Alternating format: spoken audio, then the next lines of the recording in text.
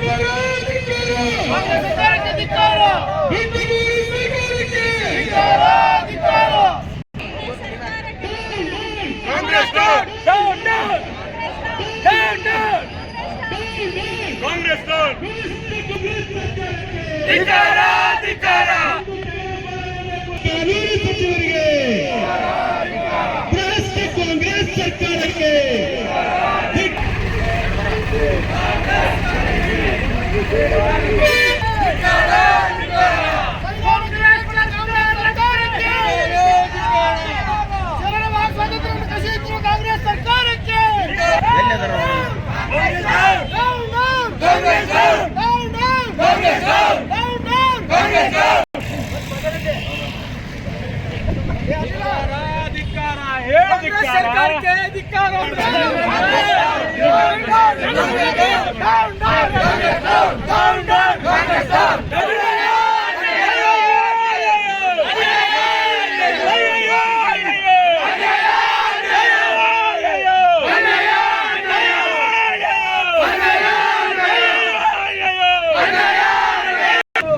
ಒಂದು ಪರಿಚ್ಛೇದ, ಎರಡು ಪರಿಚ್ಛೇದದ ಅಡಿ ವಾಕ್ ಅಥವಾ ಅಭಿವ್ಯಕ್ತಿ ಸ್ವಾತಂತ್ರ್ಯದ ಉಲ್ಲಂಘನೆ ಆಗಿ ಕಾಂಗ್ರೆಸ್ ಸರ್ಕಾರಕ್ಕೆ ದ್ವೇಷ ಭಾಷಣ ವಿಧೇಯಕವನ್ನು ಮಂಡನೆ ಮಾಡಿರ್ತಕ್ಕ ಆಮೇಲೆ ಮರಿ ಗಂಗೆ ಹಬ್ಬನಿಗೆ ಪ್ರಿಯಾಂಕ ಅಂತಾರಲ್ಲ, ಅವ ಅಂತೂ ಮಹಾನ್ ಪಂಡಿತ, ರಾಜ್ಯ ಸಂಪುಟದಲ್ಲಿ ಇರ್ತಕ್ಕಂಥ ಮಹಾನ್.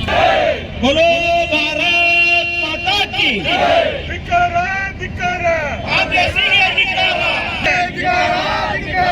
ಮುಖ್ಯಮಂತ್ರಿ ಸಿದ್ದರಾಮಯ್ಯ ಧಿಕ್ಕಾರ, ಧಿಕ್ಕಾರ. ದ್ವೇಷ ಭಾಷಣ ಮಸೂದೆ ತಂದ ಕಾಂಗ್ರೆಸ್ ಸರ್ಕಾರಕ್ಕೆ ದ್ವೇಷ ತಡ್ರಿ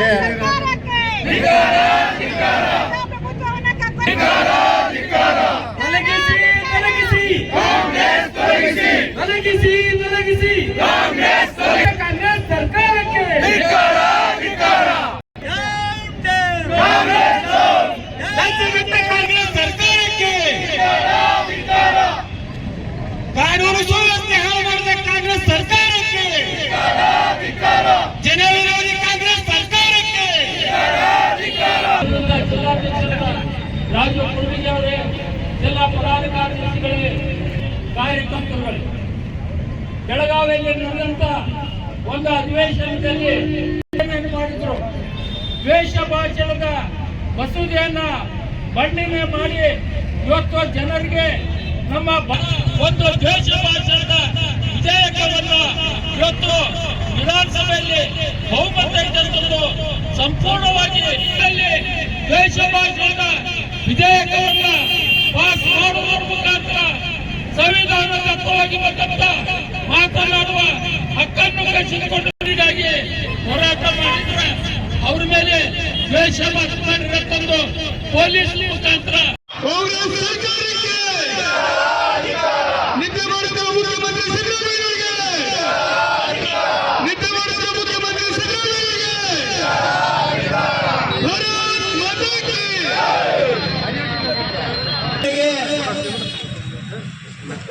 ರಾಜ್ಯದ ಎಲ್ಲ ಅಧಿವೇಶನ ನಡೆದ ಸಂದರ್ಭದಲ್ಲಿ ಈ ರಾಜ್ಯದ ಮುಖ್ಯಮಂತ್ರಿಯಾದ ಸನ್ಮಾನ್ಯ ಸಿದ್ದರಾಮಯ್ಯ ದೇಶ ಭಾಷಣದ ವಿರುದ್ಧವಾಗಿ ಏನು ಅವರು ಅಧಿಕಾರಕ್ಕೆ ಬಂದ 2.5 ವರ್ಷದ ಅವಧಿಯಲ್ಲಿ ನಡೆದಂತ ಅವ್ಯವಹಾರಗಳ ಬಗ್ಗೆ, ಅವರು ಮಾಡಿದಂತ ಭ್ರಷ್ಟಾಚಾರಗಳ ಬಗ್ಗೆ ಯಾರು ಮಾತನಾಡಬಾರದು ಅನ್ನುವಂತ ಒಂದು ಉದ್ದೇಶದಿಂದ ದೇಶ ಭಾಷಣದ ಕಾನೂನನ್ನು ತಂದಿದ್ದಾರೆ.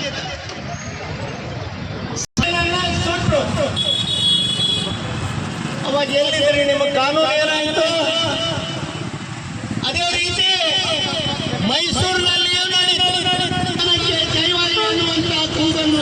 ಕೂಗಿದ ಉದಾಹರಣೆ ಈ ರಾಜ್ಯದಲ್ಲಿ ಇದೆ.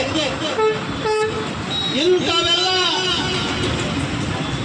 ಖಂಡಿಸಬಾರದು ಬಿಜೆಪಿ ಅವರಂತ ಹೇಳಿ ಉದ್ದೇಶಪೂರ್ವಕ ಈ ಕಾನೂನಿನ ಬಿಲ್ ಅನ್ನ ನಿಗಮ ಮಂಡಳಿಗಳಲ್ಲಿ ಹಗರಣ ನಡೆಯುತ್ತದೆ, ಜಿಲ್ಲಾ ಕೇಂದ್ರಗಳಲ್ಲಿ ಹಗರಣ ನಡೆಯುತ್ತದೆ. ಇಷ್ಟೆಲ್ಲ ನಡೆದರೂ ಕೂಡ, ಇಷ್ಟೆಲ್ಲ ಕಾನೂನುಗಳು ಇದ್ರೂ ಕೂಡ ಅವು ಯಾವನ್ನೂ ಬಳಸದೆ ಅಂತವ್ರನ್ನೆಲ್ಲ ಹೊರಬಿಟ್ಟು ಬಿಲ್ ಅನ್ನ ಪಾಸ್ ಮಾಡ್ತಾ ಇದ್ದಾರೆ. ದಯಮಾಡಿ ನಾವು ಅಧಿಕಾರಕ್ಕೆ ಬಂದು 2 ವರ್ಷ 8 ತಿಂಗಳಾಯ್ತು. ಕೃಷಿ ಉತ್ಪನ್ನಗಳ ಖರೀದಿಯಲ್ಲಿ ಮೀನಾಮೇಷವನ್ನ ಎದುರಿಸ್ತಾ ಇದ್ದೀರಾ. ಸುಳ್ಳ ಜನರ ಮನಸ್ಸಿನ ದಿಕ್ಕನ್ನ ಬೇರೆಯವರಿಗೆ ಒಯ್ಯಲಿಕ್ಕೆ ನಿಮ್ಮ ಸರ್ಕಾರ ಅದನ್ನ ತಪ್ಪಿಸಲಿಕ್ಕೆ ಈ ಕಾನೂನಿನ ಬಿಲ್ ಅನ್ನು ನೀವು ಅದರ ಮತ್ತು ಕಾರ್ಯಕರ್ತರ ಬಾಯನ್ನು ಮುಚ್ಚಲಿಕ್ಕೆ ನಿಮಗೆ ಸಾಧ್ಯ ಇಲ್ಲ ಅನ್ನುವಂತ ಮಾತನ್ನು ಹೇಳ್ತೇನೆ. ಇದು ದ್ವೇಷ ಕಾನೂನಲ್ಲಿದೆ. ಇದರಿಂದ ಅಂದ್ರೆ ಈ ರಾಜ್ಯದಲ್ಲಿ ಯಾರು ಏನೇ ಎಷ್ಟೇ ಅವ್ಯವಹಾರ ಮಾಡಿದ್ರು ಕೂಡ ಯಾರು ಅದನ್ನು ಮಾತನಾಡಬಾರ್ದು, ಯಾರು ಅದನ್ನು ಖಂಡಿಸಬಾರ್ದು ಅನ್ನುವಂತ ಉದ್ದೇಶ ಈ ಸರ್ಕಾರಕ್ಕೆ ಇವತ್ತು ದ್ವೇಷ ಭಾಷಣದ ಮಸೂದೆಯ ಮಂಡನೆಯನ್ನು ವಿರೋಧಿಸಿ ಇವತ್ತು ಹೋರಾಟವನ್ನು ಮಾಡ್ತಾ ಇದ್ದೀವಿ. ಇವತ್ತು ಕರ್ನಾಟಕದಲ್ಲಿ ದ್ವೇಷ ಭಾಷಣ ಮಸೂದೆ ಅಂದ್ರೆ ಒಂದು ಎಮರ್ಜೆನ್ಸಿ ಕಾಯ್ದೆ ತರ ಈ ಒಂದು ಕೆಲಸ ಮಾಡ್ತದೆ. ಅದರ ವಿರೋಧವಾಗಿ ಯಾರು ಮಾತನಾಡಬಾರದು ಅನ್ನೋ ಉದ್ದೇಶಕ್ಕಾಗಿ ಇವತ್ತು ಈ ಕಾಯ್ದೆಯನ್ನು ತರ್ತಾ ಇದ್ದಾರೆ. ಭಾರತೀಯ ಜನತಾ ಪಕ್ಷ ಜನತಂತ್ರದ ಮೌಲ್ಯಗಳನ್ನು ಎತ್ತಿಡಿಯಲು ಯಾವಾಗಲೂ ಹೋರಾಟವನ್ನು ಮಾಡ್ತಾ ಬಂದಿದೆ. ಹೀಗಾಗಿ ಈ ದೇಶ ಭಾಷಣವನ್ನ ಹಿಂತೆಗೆದುಕೊಳ್ಳುವವರೆಗೂ ಸಹಿತ ಇವತ್ತು ರಾಜ್ಯಾದ್ಯಂತ ನಾವು ಹೋರಾಟವನ್ನು ಮಾಡ್ತಿದ್ದೀವಿ. ಆ ಕಾಯ್ದೆಯನ್ನ ಜಾರಿಗೆ ತರಲಿಕ್ಕೆ ನಾವು ಯಾವುದೇ ರೀತಿ ತರಲಿಕ್ಕೆ ನಾವು ಬಿಡೋದಿಲ್ಲ.